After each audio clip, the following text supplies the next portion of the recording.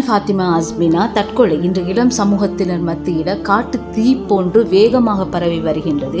முன்னாடியெல்லாம் எங்கேயோ ஒரு நாட்டில் யாரோ ஒருத்தர் தற்கொலை பண்ணியதா கேள்விப்பட்டிருப்போம். இப்போ அதை தாண்டி நம்முடைய நாட்டில், ஏன் நம்ம கிராமத்தில், இப்போ நம்முடைய குடும்பத்திலையும் அது வந்துருச்சு.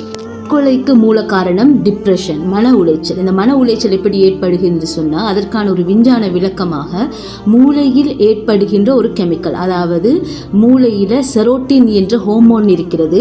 அந்த ஹோமோனின் எண்ணிக்கை குறைவடைவதனால இந்த டிப்ரெஷன், மன உளைச்சல் உருவாகுது. இந்த தற்கொலைக்கு மூல காரணம் டிப்ரெஷன், மன உளைச்சல்.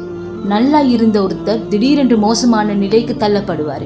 இதை பார்த்துட்டு பல பேர் சொல்லுவாங்க, யாரோ எங்கேயோ இவங்களுக்கு செய்வினை வச்சுட்டாங்கன்ட்டு. அது செய்வினை அல்ல, டிப்ரெஷன். அது ஒரு மூட நம்பிக்கை.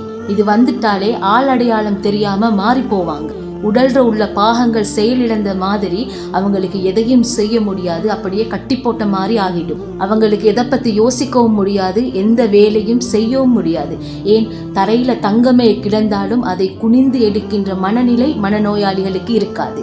எப்போ பார்த்தாலும் எதையோ பறி கொடுத்த மாதிரி யோசிச்சுக்கிட்டே இருப்பாங்க. இதனுடைய இறுதி நிலைதான் தற்கொலை. கட்டாயமாக நீங்கள் இதற்கு ஒரு நல்ல ஒரு மனநல மருத்துவரை நாடி ட்ரீட்மெண்ட் செய்யணும். அப்படி நீங்கள் அதை கணக்கில்லாமல் விட்டுட்டீங்கன்னா உயிரோடு வாழ்கின்ற பிணம் மாதிரி இருப்பாங்க. அப்படி இல்லாட்டி உண்மையாகவே தன்னுடைய உயிரை மாய்த்து கொண்டு பிணமாகவே மாறிவிடுவாங்க.